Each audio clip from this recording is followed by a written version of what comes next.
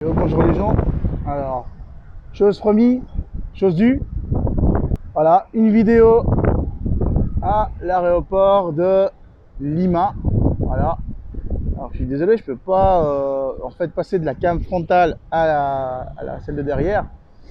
Et ouais, donc ça va être simplement comme ça. Voilà. Donc, là vous avez donc l'entrée de l'aéroport de Lima. Enfin, l'entrée elle est là-bas. Hein. On est d'accord. Mais bon, vu que c'est un peu chelou. Chaud patate avec un Huawei dernier modèle, non, un Mate 20 Lite, mais bon, quand même ici ça fait quand même chéro, donc voilà. Hein. Donc là, vous avez l'aéroport.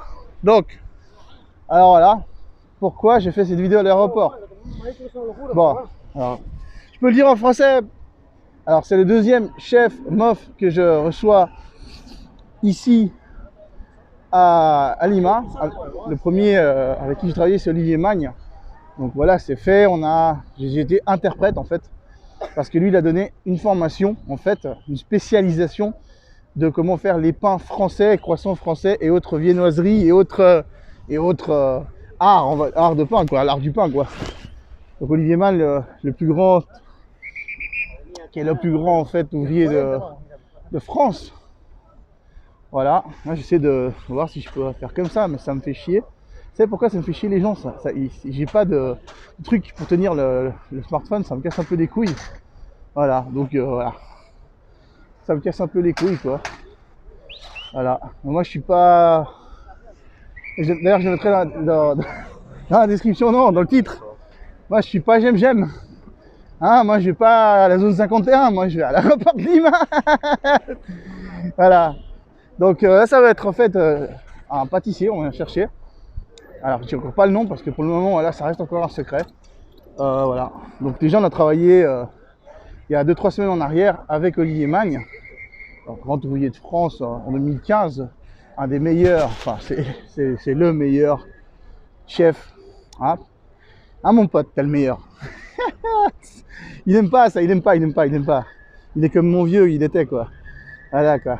Bon, donc voilà, là on est à l'aéroport de Lima. Alors, bon, vu que j'ai fait déjà des photos l'autre fois que j'ai mis dans mon Instagram avec l'ancien smartphone, mais c'est pas grave, je vais pas les refaire. Je vais simplement faire cette vidéo, je crois que c'est assez. Tout simplement. Alors je vais essayer de rentrer par l'entrée où on est rentré. Il y a un vent pas possible. Ah, c'est ouais, ça commence à être printemps en fait ici. Donc voilà. Voilà, qu'est-ce que je peux vous dire de plus. Donc là, je vais rentrer. Ah, ça fait un peu. On passe un petit peu du chaud au frais, là d'un coup c'est un petit peu space les gars. Bon voilà. Il y en a encore, j'en connais un qui va encore dire ouais t'es encore en train de te triturer les cheveux là. Hein? Il habite à la Tour de Paix. Alors je donne son adresse et son nom de famille, hein, ça me fait chier. Hein. Ouais, tu sais. Très bien de quoi je vais parler. T'arrêtes tes conneries. Hein. Et puis oui, effectivement, ouais, il va me foutre en fait dans le nombril du monde, qui est une nouvelle page, en fait, ouverte à tout le monde. N'importe quel gamer, streamer de n'importe quel genre se tape le cul. Ça peut être des fans d'un groupe de métal, de rap, de ce que vous voulez. Voilà, c'est ça le nombril du monde, c'est ce qu'on va faire dans ce qu'il est en train de faire en fait. Un truc hyper ordonné, on ne s'y perd pas dans... j'oublie toujours le nom de cette application. Discord, voilà. Dans Discord, les gens, tu vois, vous voyez, ils sont stressés. Ça bouscule. Bon, alors, on va monter par là. Voilà, simplement. Les gens montent dans l'escalator, qu'ils appellent escalero automático. Ils vont jamais dire escalator. Non, ça vient de l'anglais américain. Ça ne vient pas de l'espagnol. Voilà. Oh, ils ont mis les écouteurs qui se cassent la gueule. On décoiffé par le vent, c'est sympatoche. Bon, c'est pas grave. Hein. Alors, donc là, c'est de voir toutes les lignes. Voilà, porte d'embarquement. Hein, il vous indique où c'est. Puis on va arriver dans tout ce qui est la zone restaurant, etc. Donc, j'en profite un peu pour me coiffer. Voilà, donc là vous avez vraiment, c'est international, hein. C'est l'aéroport international Jorge Chávez. Alors il y en a des, ils vont dire Georges Chavez. Bon, ça c'est la prononciation, on va dire en français, enfin, hein, l'accent français, mais bon. Voilà, vous voyez, donc on est au Jorge Chávez. C'est l'un des, je crois que c'est le meilleur aéroport, ou c'est l'un des meilleurs aéroports qui a gagné les prix, effectivement, pour être l'un des meilleurs aéroports de Lima. Et non, du monde. Ah, regardez. Voilà, moi je vous mens pas, hein.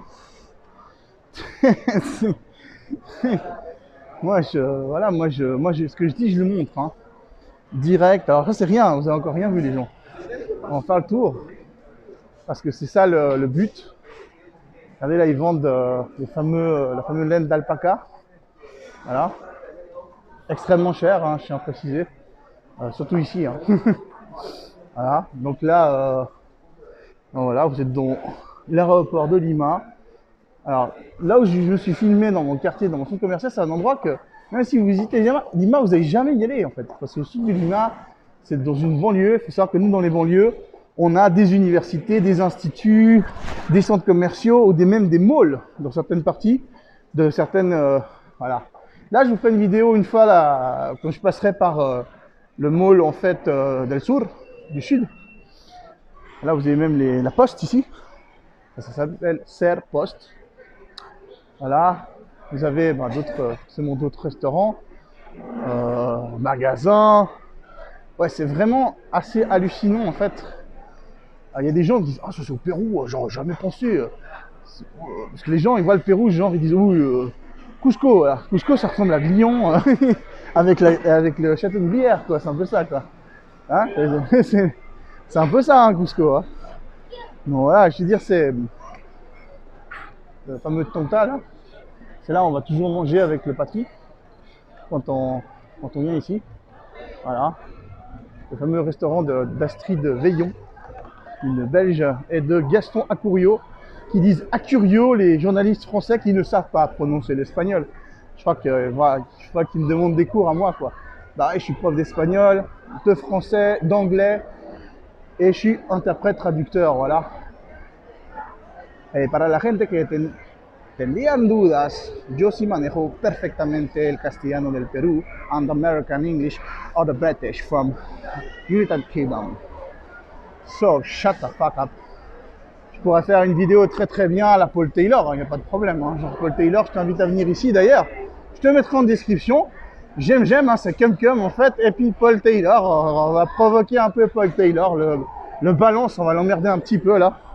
Regardez, ça c'est tous les souvenirs que vous pouvez acheter en fait avant de partir du Pérou.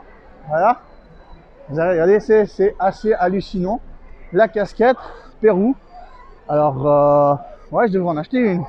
Mais je vais pas en acheter ici. Hein, avec au prix que ça coûte, non. Mais ça, c'est vraiment si tu vas partir très très longtemps. Pas 4 mois comme moi j'ai fait à l'époque.